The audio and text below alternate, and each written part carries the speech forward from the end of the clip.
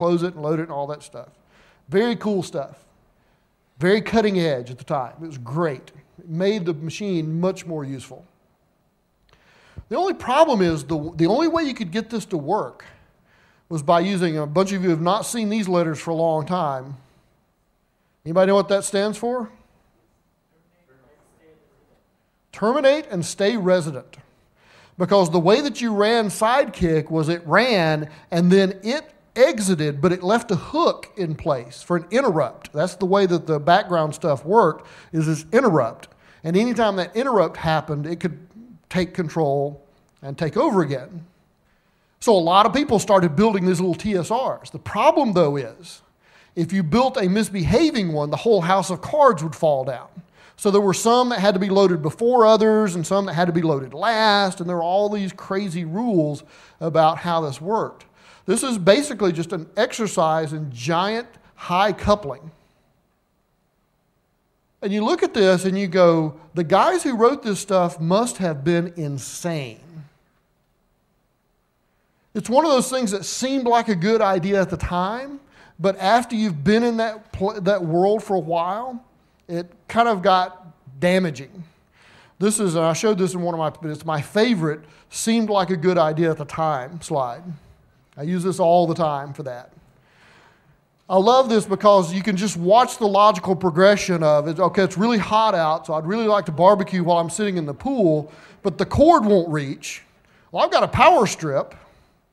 What's funny is you'll notice this is a round plug, so it's European, which means that that's 220 volts of electricity. So it's going to be really shocking to this guy back here. Right before he goes to the hospital, he's going to say, no, don't step on that. There are a bunch of other things that we're doing right now that probably seemed like a good idea at the time, but in hindsight, are going to come back and bite us or electrocute us. And one of them is this. The way that we've been using relational databases. Because it seems like such a good idea, oh, this one place to put all your stuff. But then, after a little while, you end up with stuff like this. This is a diagram that says Enterprise Architecture 101, and my response to that is, this is 101. I don't want to see the graduate course on this, because the 101 course of this is making my eyes bleed. I don't want to see the more complicated version of this. Good reasons sometimes don't age very well. You can have perfectly good reasons up to the point where it becomes poisonous and it actually prevents you from getting anything done. So in recent history, one of the things that's happened is there's been a huge increase in the demand of software. In fact, way more demand of software than we could possibly have enough developers to service that. So what we need are more hackers. But unfortunately, probably not like this. This is Angelina Jolie in the movie Hackers. Probably more like this. But we'd take either one, because the demand for software has greatly outstripped the supply of developers.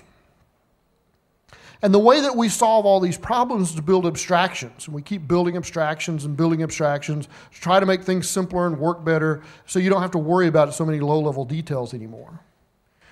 But what's interesting is back in the mid-90s, they started what I call the lockdown experiment.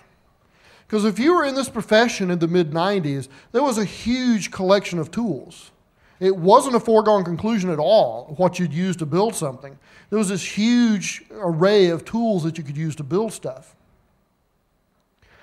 The problem, though, is that what most people who were paying for software wanted was the commoditization of software development. They wanted developers to be these little cogs that they could just replace at will with cheap parts and keep things moving. What they ended up with, though, are taking the experienced developers and making them ivory tower architects and not coding anymore, and hiring a whole bunch of net negative developers. Basically what they were saying is, we need tools that keep average developers out of trouble. But this goes back to the problem that I talked about before. Writing software is not like digging a ditch. And this goes back to the mythical man month. Fred Brooks said this a long time ago, that developers are not commodities, and that the best developers are orders of magnitude better than even average developers. Because when most hiring managers think about the skills of software developers, they think that the skill distribution is like this. Where, okay, you can hire these guys who are really expensive, but if you hire the guys that are half as cheap, they're half as good, which is okay because they're average. But it's actually more like this. We've known this since 1975, but nobody really wants to admit this because this is a disturbing reality that these guys are way more expensive, but they're way better than all the other developers that you have. The problem is with this lockdown experiment, trying to create restrictive tools and environments to keep developers out of trouble doesn't work. In fact, there's a great quote by my friend Glenn Vanderberg: "Bad developers will move heaven and earth to do the wrong thing." It is amazing the amount of ingenuity that bad developers will put into doing the exact wrong thing. And you can't prevent them from doing that.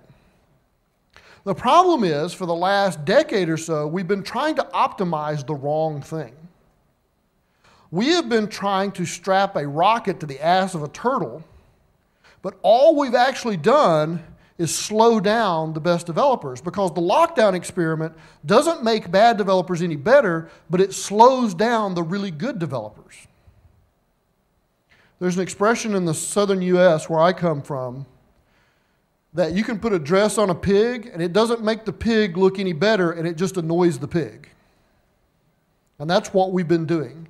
And where that has really played out in a big, big way is in the Java world. Because what they did in Java to try to make it so that you could keep bad developers out of trouble was to build frameworks to solve every problem. The problem with that, though, is that you end up with framework upon framework upon framework upon framework, and you have people actually building more frameworks. In fact, as soon as the first meta framework came out, the framework to make it easy to build other frameworks, somebody should have said, let's just stop there. Because we are clearly going in the wrong direction. You know Clippy, the little thing in Microsoft Office that, you install Office, you start one of the Office apps, Clippy comes up, you figure out how to kill Clippy forever, and then you keep using your Office app.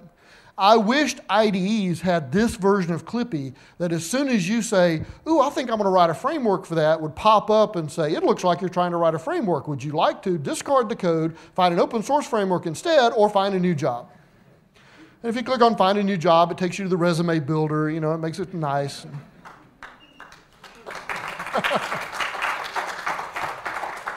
That's the little Yagni version of Clippy. And the place that really reached its apex, the peak of accidental complexity in frameworks and over-engineering, are with these three magic letters: Enterprise Java Beans. They actually sold that to us with a straight face, and most of us bought into it for like years, as this is the way to actually solve problems. I have a friend who works at IBM, and they've developed a technology at IBM. It's like an MRI for an application server, so you can actually see what's going on inside.